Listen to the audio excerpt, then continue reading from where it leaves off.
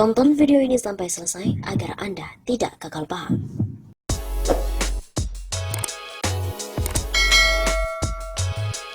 Wah, siap-siap.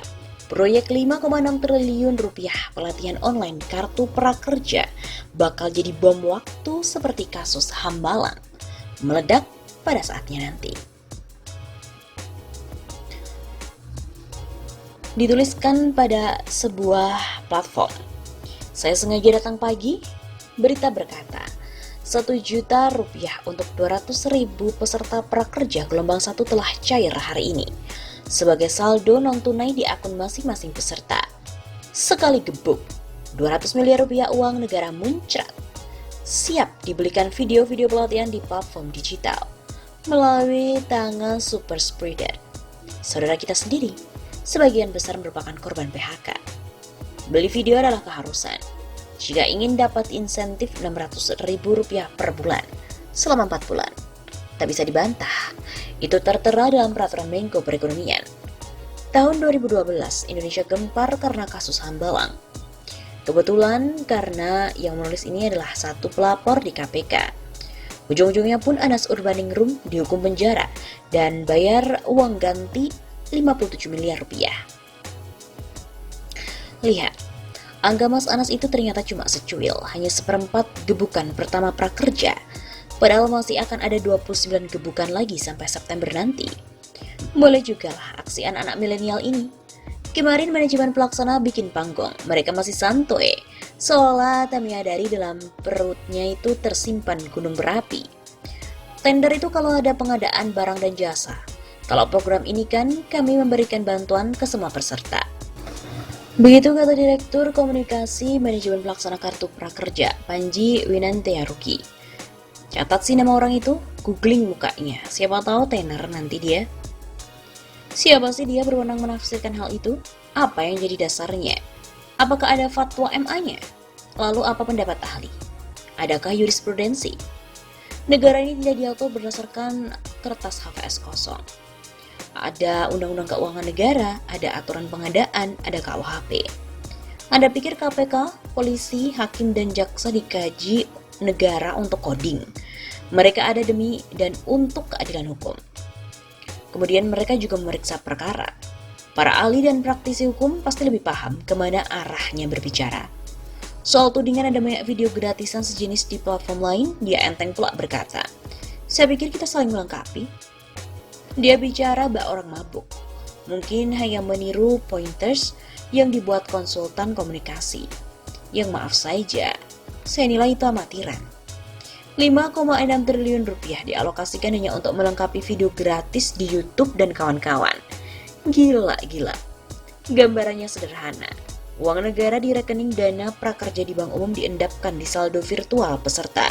Dibelikan video, dipindah bukukan ke rekening platform digital. Kemudian ditransfer ke rekening lembaga pelatihan. Bahasanya memang dana bantuan pelatihan, tapi kenyataannya adalah yaitu beli video. Akui sajalah ini bisnis. Ada platform, ada video, ada harga, ada pembayaran. Ada data calon pembeli, ada promosi, dan ada untung. Di antara platform juga bersaing merebut pembeli. Pembeli yang sudah disiapkan atau peserta yang duitnya sudah disiapkan pula oleh negara. Lalu kurang sempurna apa coba?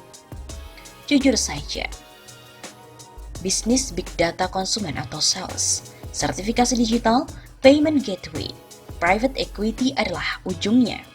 Lembaga pelatihan mitra prakerja juga perlu sadar, justru mereka lah aset produksi yang sebenarnya. Mereka yang menyusun kurikulum, mereka yang membuat video, mereka kirim ke platform kemudian tayang, lalu menunggu klik untuk dibeli. Jadi bukan berarti ketika tayang di platform, langsung dapat uang. Mereka meminjam lirik Iwan Fals. Juga bisa habis berbatang-batang, pembeli belum datang. Apalagi platform kecil minim promosi, macam si snacker milik negara. Secara teknis, bisnis ini juga sederhana. Platform menerima video, video disimpan di server internal. URL-nya disalin ke CMS. Online, tak perlu website canggih. Itu pintar ya, pakai Laravel. Mau belajar apa, pakai WordPress. Semua open source. Janganlah dibesar-besarkan bahwa bisnis ini butuh keterjangkauan nasional, infrastruktur memadai, dan sebagainya. Orang dibuat minder. Memang ada kewajiban Pavlov membangun kantor perwakilan setiap provinsi, mengumpulkan KTP, ataupun beli alat transportasi, bikin jembatan, jaringan agen. Ini dunia internet. Sekali online, siapa aja, Antartika pun juga terjangkau. Sebenarnya banyak startup itu yang monetisasinya belum sampai, masih bakar uang. Apalagi COVID-19 memukul mereka. Lalu ada program 5,6 triliun rupiah dari pemerintah. Tentulah ini jadi peluang bagus untuk rebound. Sudahlah, rapikan saja arsip dari sekarang.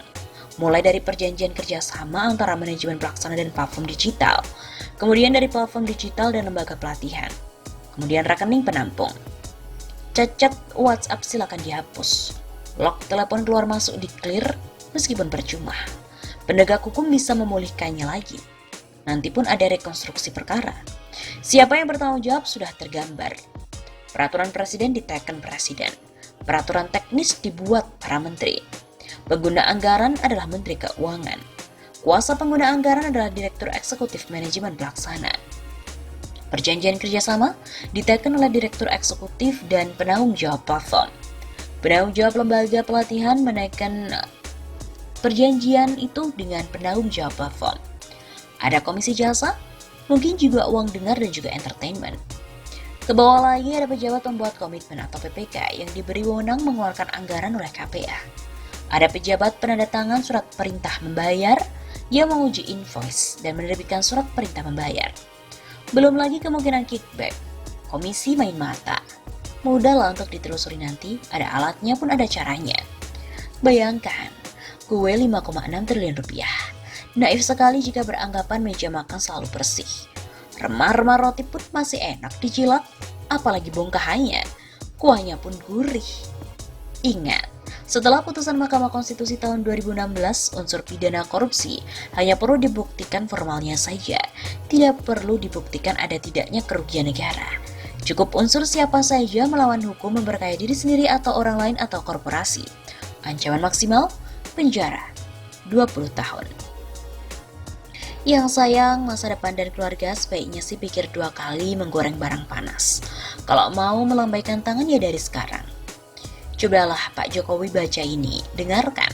Janganlah keterpukauan Bapak terhadap milenial dan juga 4.0 menjadikan Bapak terjerumus dalam jurang. Saya tahu sekalian Bapak ini anak-anak muda, saya juga anak muda. Meski habitat saya bukan istana. Saya paham anak Bapak juga main startup. Gibran pegang gula yang dapat 70 miliar rupiah dari Alpha GWC Ventures.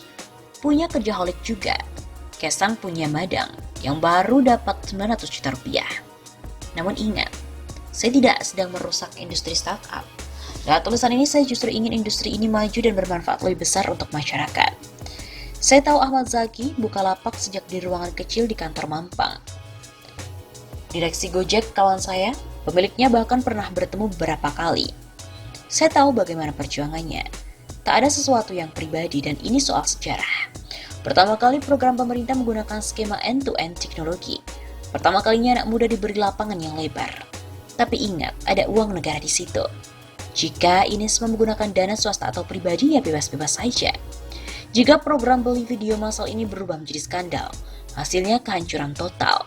Ekosistem startup bakal keruh. Tidak dipercaya masyarakat dan konsumen, investasi pun macet. Uang terbakar hebat. Pelaku dan investornya pun bolak-balik diperiksa penegak hukum. Berakhir dijeruji bersih, dimaki-maki oleh media. Jaga kredibilitas dan trust publik.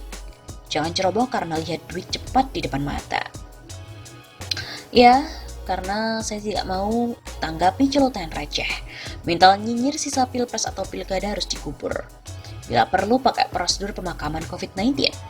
Tapi itu butuh contoh dari pemimpin dan pejabat. Jangan ada perintah yang menyesatkan opini lewat media apapun dan jangan coba-coba untuk membelokkan arah angin. Pak Jokowi, jangan percaya mulut manis barisan orkes Melayu rindu order. Mereka ini tidak peduli terhadap masa depan bangsa. Tak peduli kredibilitas negara. Tak peduli kemajuan industri digital, tak peduli segalanya. Ya, karena hal ini tidak menggunakan argumen perbandingan semacam orang lebih butuh makan ketimbang pelatihan. Saya tahu pelatihan itu juga penting. Namun argumen ini menguatkan Program beli video massal 5,6 triliun rupiah ini buruk dalam dirinya sendiri. Ia tidak perlu dibandingkan dengan apapun untuk menyebutnya buruk. Buruk secara moral, buruk karena menyedot uang negara tanpa alasan yang jelas. Buruk secara etika bisnis dan pejabat. Buruk secara hukum, buruk secara momentum, buruk secara sosial, buruk secara budaya. Buruk dan karenanya harus dihentikan.